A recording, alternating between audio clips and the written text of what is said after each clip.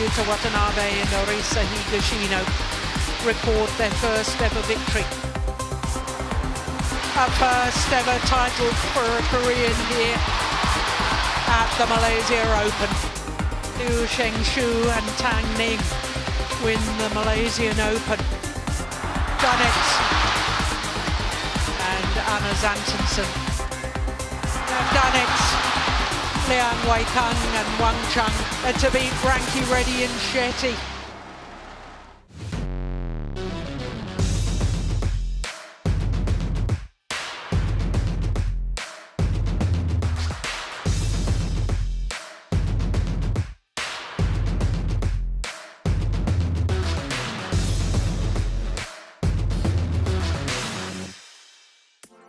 Hello and welcome back to Badminton Weekly with me, Jasmine Lim. The 2024 season got off to a smashing start at the Petronas Malaysia Open, where we were once again treated to some of the best from your favorite players. Now the first Super 1000 also dished out plenty of highs and lows, and today we have former Danish player Hans-Kristian Vittinghus joining us to talk us through it all before we look ahead to the next tournament, the Yonex Sunrise India Open. Welcome back to the show, Hans. Thanks very much for having me again, Jasmine. Well, before we discuss the winners, let's take a look at how the hosts did last week.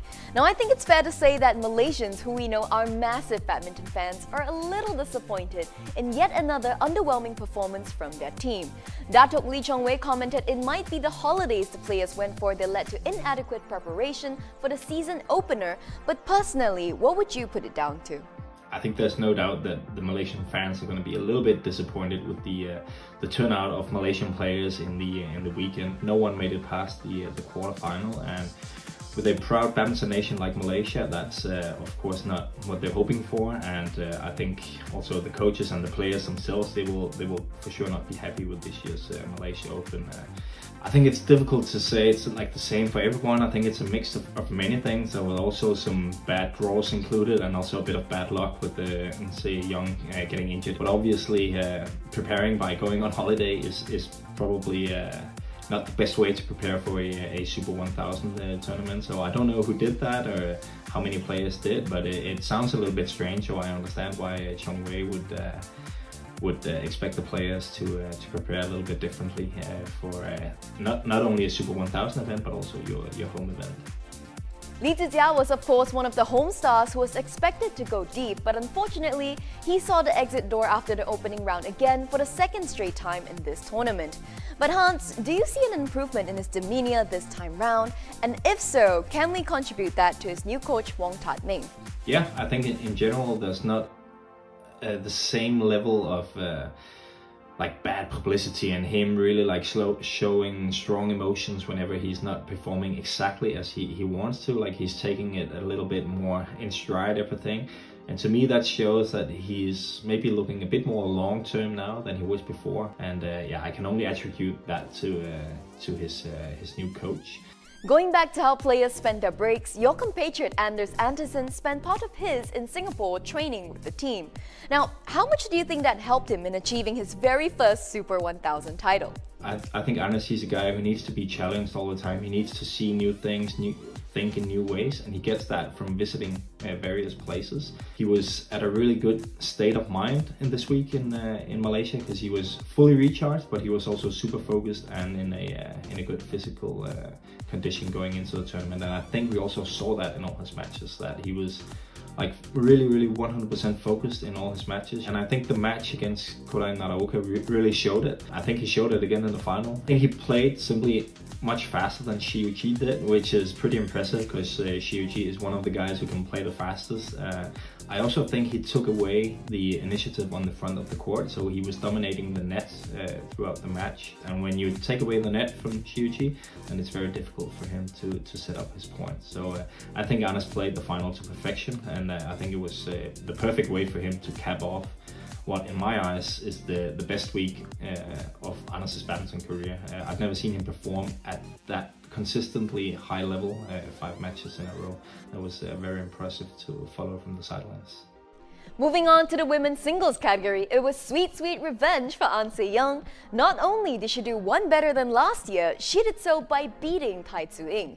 Now, An revealed that she watched back her World Tour Finals defeat against Tai ahead of the showdown. Now, what do you think she learned here and did better?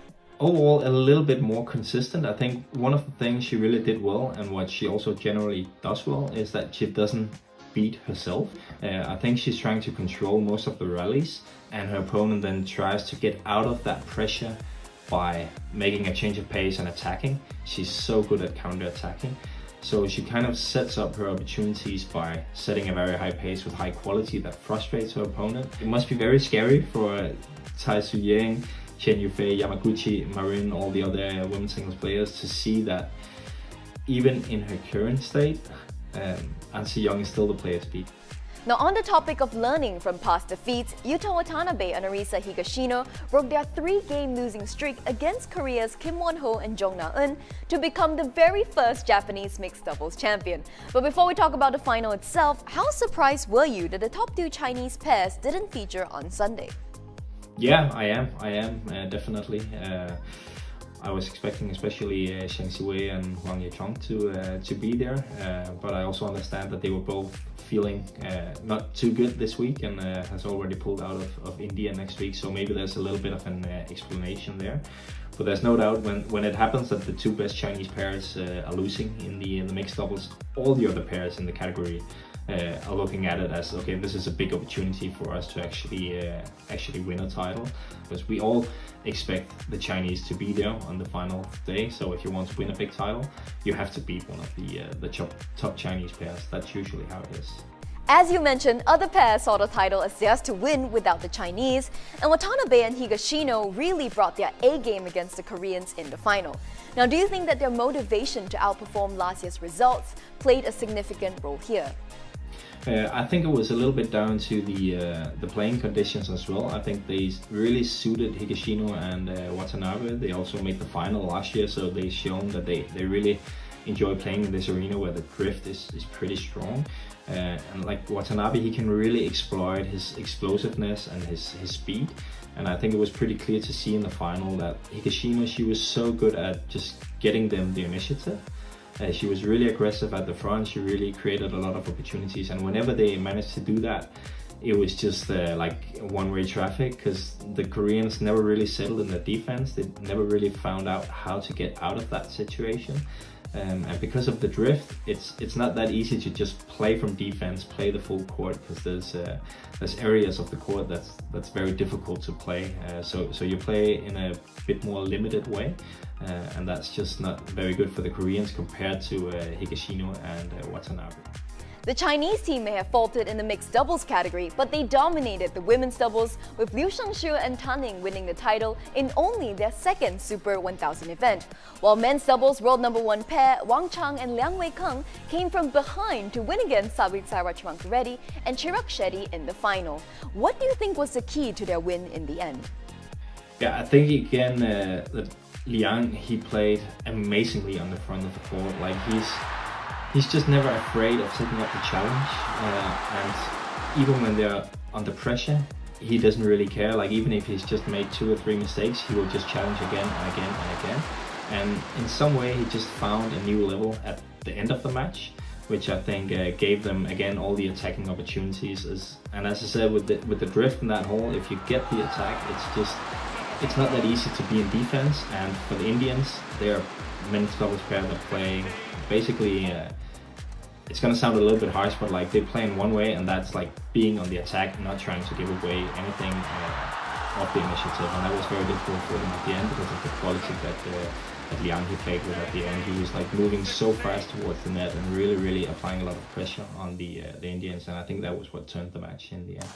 Here are the updated standings for the race to Paris after the Petronas Malaysia Open. Champion Anders Antonsen leaped 4 spots up to number 5, while Zii Jia moved a place to 2nd.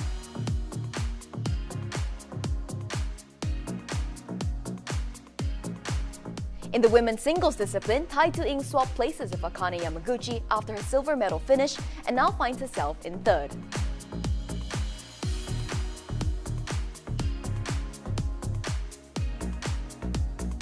Liang and Wang replaced Kim Astrup and Anders Rasmussen at the top of the men's doubles table, with Kan Min-hyuk and Seo Seong-jae behind them in second.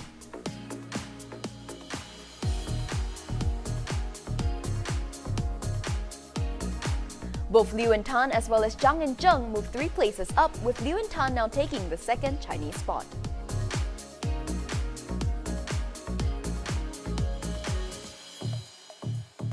And finally, Watanabe and Higashino moved up a place to second, while Kim and Jong climbed 2 places up to 6th. Now we know how important the next few months will be for the players as the race to Paris heats up. So let's check in with a few of them to see how they're feeling about their progress so far and how they're handling the pressure of Olympic qualification.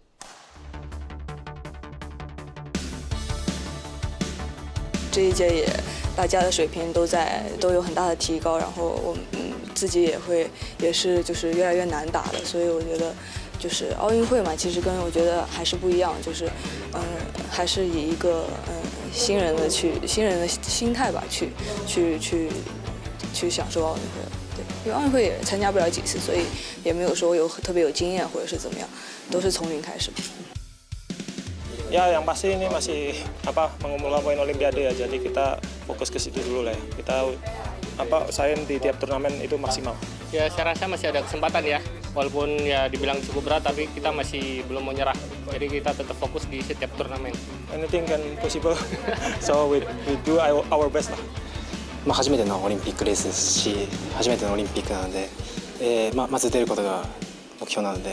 もし出ることができればしっかり自分の全力を尽くしたいなと思います。やっぱりしっかりトレーナーさんにケアしてもらうってことが一番大事だと思うので、しっかりそのケアっていうのを大事にしていきたいなと思います。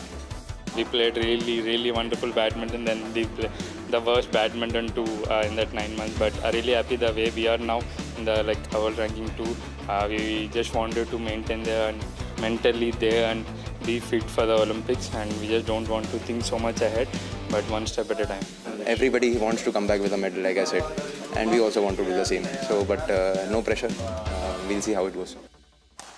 Up next on the calendar is the Yonex Sunrise India Open, the first Super 750 of the year, and a chance for home stars to bounce back. One of them being HS Pranoy, who will be taking on another tough opening round opponent in Cho Tien-chun. Now, both of these players have been around for so long and they know each other's games so well. But who do you have down to win this time round? Yeah, it's a very interesting matchup also because they both had a somewhat disappointing performance in Malaysia, losing first round both of them and not really playing well. I would say if you look at the form from last year, 2023, for sure HS Pranoy is the favorite in the match, and I would also favor him to win. I think it's been a little while since we've seen Joe play at his very best, but again, in a first round match like this, with all the expectations on Pranoy, and with him coming off a bad performance in that first round match against Antonsen in Malaysia, I'm not going to rule out that Joe can spring a surprise, but I still have Pranoy as the favorite to win. But it's for sure one of the first round matches that I'm gonna look out for. Now, Rankireddy and Shetty will also want to do one better here after Malaysia. Looking at their draw, how would you rate their chances of making it back-to-back Sundays and finding the top step here? I think the draw is okay for them. So I expect to see high level from them again. I think this tournament in Malaysia was a big confidence booster for them. So for them, it will be more about dealing with the pressure, because obviously all the expectations from the home crowd is going to be on them. They're the only Indians right now that you can expect to maybe be there on Sunday. You can have hopes for others, maybe Pranoy, but I think the men's doubles is the one where you can almost expect it from them that they are there on the weekend. So it will be about dealing with that kind of pressure for them, coming off the strong performance in Malaysia. But looking at the draw, I think the chances are actually fairly good. Thank you so much, Hans, for taking the time to talk badminton with us. It's always a pleasure. Thank you so much. I really enjoyed it. For those of you at home, don't forget to mark your calendars for the Yonex Sunrise India Open, taking place in Delhi from the 16th all the way through to the 21st of January. If you guys are on the go, stay up to date on our BWF app, Badminton for You. Can the Indians do better than the Malaysians in their home tournament? Let us know on our YouTube and Facebook pages along with your questions, thoughts and comments. We'll see you guys next week, but for now, take care and goodbye.